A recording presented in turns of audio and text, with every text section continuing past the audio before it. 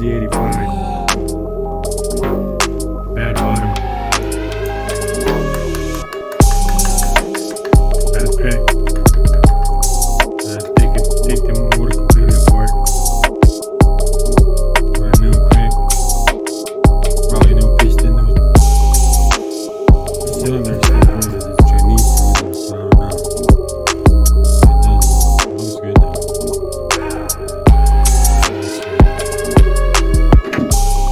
Got a pro circuit. Exhaust. Shorty.